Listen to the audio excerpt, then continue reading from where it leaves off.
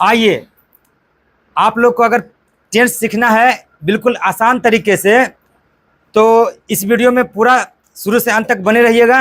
अगर स्किप थोड़ा सा भी करिएगा तो बिल्कुल समझ में नहीं आएगा, क्योंकि खाना खाने में तभी मज़ा आता है जब खाना बनकर तैयार हो जाता है। अब सोचिएगा कि चूल्हा पर चढ़ा हुआ है खाना, उसको निकाल के खाएं तो स्वाद ही नहीं लगेगा, अच्छा ही नहीं लगेगा खाने में, ठीक नहीं। तो उसी प्रकार से जस्ट लाइक पढ़ाई में भी है। जो भी वीडियो आप यूट्यूब पर देखते हैं या जो भी कुछ देखते हैं, तो जब तक आप पूरा शुरू से अंत तक नहीं देखिएगा तो वीडियो का मतलब वीडियो समझ में नहीं आएगा कि वीडियो में आखिर था क्या। तो आपसे रिक्वेस्ट है कि अगर आपको ये आज का टेंस जो हम पढ़ा रहे हैं, बता रहे हैं, अगर समझ में आए तो लाइक और मेरा चैनल को सब्सक्राइब करिएगा। मेरा चैनल का नाम है जज्बा कोचिंग सेंटर बीरूपुर, ठीक है। और आप लोग बच्चों से निवेदन है कि जिस प्रकार से आपने वो टेंस के, प्रेजेंट टेंस के तीनों पुत्र के बारे में जाना और समझा, जिस प्रकार से आपसे मैंने पूछा तो आपने अच्छे से जवाब दिया, तो आई होप, मुझे आशा है कि आज भी आप अच्छे से इसको समझेंगे और जहां पर आपको डाउट लगे बेहिचक सवाल करेंगे कि मुझे यहाँ पर समझ में नहीं आया, बेहिचक मैं आपको बताऊंगा। और मैं इतना 100% गारंटी के साथ कहता हूँ कि जो भी मैं आपको बताऊंगा एकदम आपके सीधे दिमाग में घुसेगा। जैसा कि हमने पिछले वीडियो में बताया था कि लिखना कोई बड़ी बात नहीं है, लिखना है तो आप अपने दिमाग में लिखिए, समझ गए। तो आइए इन चीज़ों को समझते कि कैसे प्रेजेंट कंटिन्यूअस टेंस का ट्रांसलेशन किया जाता है। तो सबसे पहला नंबर तो इसको पहचानेंगे कि आखिर ये पहचानेंगे कैसे, क्या है भाई प्रेजेंट टेंस का ये चौथा पुत्र है, तो आखिर चौथा पुत्र है तो कैसे हम पहचाने, कुछ तो होगा। जैसे कि मान लीजिए हम अगर सपोज मान लिया हम 3 भाई हैं, है कि नहीं, तो मेरे बड़े भैया का नाम है लक्ष्मण, मेरे भैया का नाम है भरत, मेरा नाम है दिनेश, तो कुछ ना कुछ नाम है कि नहीं। तब तो हमें आप लोग जान रहे हैं कि हाँ चलो इनका नाम दिनेश है, नहीं तो सूरत तो लगभग एक ही तरह दिखता है, मानव जाति तो सब एक ही तरह दिखता है, कोई गोरा कोई काला, है कि नहीं। तो नाम तो है, नाम इसलिए रखा गया ताकि उस नाम से उसको पहचान सके। तो उसी प्रकार से इसका नाम रखा गया ताकि हम इसको क्या कर सके, पहचान सकें। तो इसको पहचानने का नियम क्या होता है कि जब हम हिंदी वाक्य पढ़ते हैं, जो कुछ भी वाक्य हम पढ़ते कि नहीं, किताब में लिखा हुआ रहता है, या कोई भी बात हम बोलते हैं चाहे मम्मी से, पापा से, या भाई से, बहन से, या जो आप अपने सहपाठी हैं किसी से बोलते होंगे, तो बोलते तो वाक्य जो बोलते हैं, तो बोलने के क्रम में जो हिंदी वाक्य बोलते हैं बस उसी से हम पहचानेंगे कि कैसे।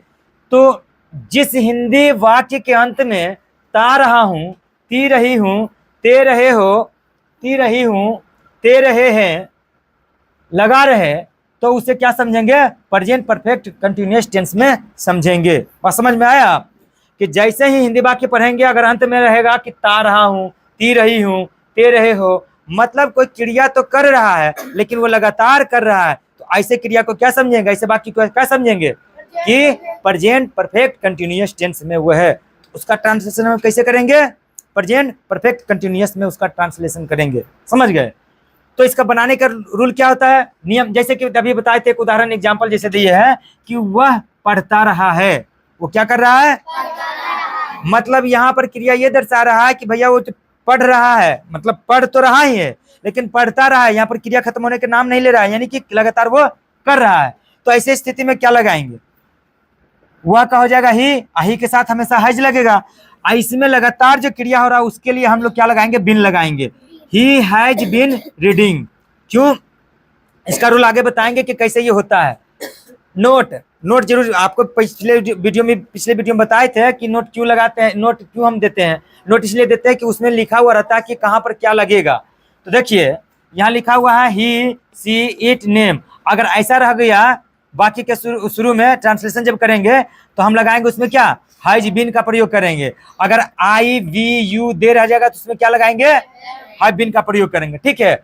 अब इसका बनाने का नियम, तो बनाने का नियम क्या होता है समझिएगा कि सब्जेक्ट प्लस हैव, हैव लगाएंगे या तो हैज लगाएंगे, उसके साथ बिन का प्रयोग करेंगे और V4 लगाएंगे। V4 आप बताए थे ना कि वर्ब 1 में अगर ING लगा दे तो क्या कहलाएगा, V4। जैसे कि हम ओब्लिक में ये भी दिए हैं कि V1 में ING लगाए, या तो आपका मन करे तो V4 पढ़िए या तो मन करे तो V1 में ING लगाइए, बात दोनों का एक ही है, समझे। तो ये आपका अफर्मेटिव हो गया, है कि नहीं, सिंपल, जिसमें ना तो आगे हैव रहे, हैज रहे, ना तो नोट लगा रहे, तो उसको क्या समझेंगे, अफर्मेटिव सेंटेंस समझेंगे। अब आगे देखिए, सब्जेक्ट हैव, हैज, उसके बाद नोट का प्रयोग हो गया, अब बिन का तो हम क्या समझेंगे इसको, निगेटिव में। यदि हैव और हैज आगे आ जाए तो उसको क्या समझेंगे? इंट्रोगेटिव। क्या समझेंगे? इंट्रोगेटिव। अगर मान लीजिए हैव और हैज आगे आ जाए और उसमें नोट लगा हुआ रहे तो इसको क्या समझेंगे? इंट्रोगेटिव। तो ये जो उदाहरण मैंने आपको दिया था ये सिंपल मतलब कहने का मतलब अफर्मेटिव सेंटेंस में देखिए इसमें नोट कहीं लगा हुआ नहीं है, ना तो हैव हैज आगे है, ये आपका सिंपल रहेगा तो उसको क्या समझेंगे? अफर्मेटिव। क्या समझेंगे? जैसे वह पढ़ता रहा है तो वह देखिए वह का क्या हो जाएगा? ही लग जाएगा। तो ही के साथ क्या होता है? Has been. तो ही हैज बीन क्या कर रहा है? पढ़ता रहा है। तो पढ़ना का क्या होता है? रीड। लेकिन यहाँ बिफोर लगेगा, इसमें आईएनजी लग जाएगा जी, तो क्या हो गया? He has been reading. आगे देखिए मैं खाता रहा हूं, तो मैं खाता रहा हूं तो यहाँ पर क्या हो जाएगा? मैं का क्या हो जाएगा? आई। तो आई क्या हो जाएगा? सब्जेक्ट है ना। आई क्या हो जाएगा? इसे लिखे ना सब्जेक्ट, तो सब्जेक्ट हो गया। और उसके साथ कहे है कि हैव और हैज का प्रयोग करिए, तो आई के साथ क्या लगेगा? हैव की हैज? हैव लगेगा। तो देखिए यहाँ हैव लगा हुआ है और उसके साथ बीन लगा हुआ है तो बीन लगा देंगे। और उसके बाद इट मने खाना, उसमें आईएनजी जोड़ देंगे, क्या हो जाएगा? ईटिंग। तो आई हैव बीन ईटिंग। जो कल आपने पढ़ा था वही रूल है, बस इसमें दो चेंजिंग है। वह चेंजिंग क्या है कि इसमें बीन लगा देंगे और बिफोर लगा देंगे। जो कल तीसरा पुत्र के बारे में पढ़े थे तो उसमें भी3 लगाते थे ना, इसमें बिफोर लगाएंगे, उससे एक आगे बढ़ जाएंगे, है कि नहीं? तो इसमें कोई दिक्कत? अब इसी का देखिए निगेटिव रूल, देखिए वह नहीं पढ़ता रहा है तो he has not been reading. जैसे यहाँ लगा हुआ है subject have has not a been, तो बीन हैज के बाद और नोट बीन के पहले नोट लगता है, तो क्या लगा हुआ है ना? He has not been reading. अब देखिए क्या हुआ? पढ़ता रहा है, तो क्या आ गया? तो इंट्रोगेटिव आ गया। तो हैव को क्या करेंगे? हैव या हैज को आगे करेंगे, तो देखिए आगे आ गया, हैज आगे आ गया। उसके बाद क्या है? ही बीन रीडिंग। इसमें क्वेश्चन मार्क्स जरूर दीजिएगा क्योंकि ये क्या है? इंट्रोगेटिव है। इंट्रोगेटिव मतलब क्वेश्चन मार्क्स, प्रश्नवाचक होता है ना। आगे क्या कहा है कि क्या वह नहीं पढ़ता रहा है, तो क्या का मतलब हैज को आगे कर देंगे ही। इसमें नोट लगाने का कर रहा कि नहीं, तो नोट लगाएंगे बीन रीडिंग। मैं नहीं खाता रहा हूं, तो I have not been eating. क्या मैं खाता रहा हूं, तो क्या कर रहा? तो हैव को क्या करेंगे? आगे लगा देंगे, हैव आई बीन ईटिंग। कह रहा क्या मैं नहीं खाता रहा हूं, तो have I not been eating. यहां तक मुझे समझने में कोई दिक्कत? तो फिर से एक बार हम मेमोराइज कर देते हैं जो आपको पढ़ाए थे। टेंस के कितने पुत्र? 3। कितने पुत्र? प्रेजेंट, पास्ट और फ्यूचर, है ना। अब ये तीनों के कितने कितने पुत्र? 4। तो प्रेजेंट, पहला तो प्रेजेंट है, बड़का पुत्र मान लेते कि प्रेजेंट है, तो प्रेजेंट के बारे में पढ़ लिए। तो चारों पुत्र के बारे में कौन कौन? सिंपल प्रेजेंट जिसका नाम क्या था? Present indefinite. दूसरा क्या पढ़े? प्रेजेंट कंटिन्यूअस जिसको बोलते हैं प्रेजेंट इम्परफेक्ट टेंस। तीसरा नाम क्या था? Present perfect tense. और चौथा नाम प्रेजेंट परफेक्ट कंटिन्यूअस टेंस। समझ गए?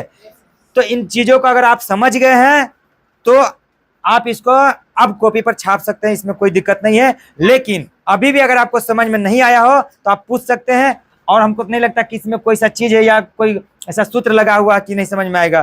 बिल्कुल बाकी है कि तो इधर उधर रखना है, इसी चीज को उठा के इधर, इसी चीज को आगे पीछे बस करना है। नहीं, ऐसा कुछ है इसमें कि जो आपको लग रहा है कि फार्मूला लगाया गया कि मैथ का जो हमको नहीं बनेगा, ऐसा तो कुछ नहीं है। चलिए ठीक है, इसको आप पहले उतार लीजिए, फिर आपको देंगे बनाने के लिए, उसको बनाइएगा।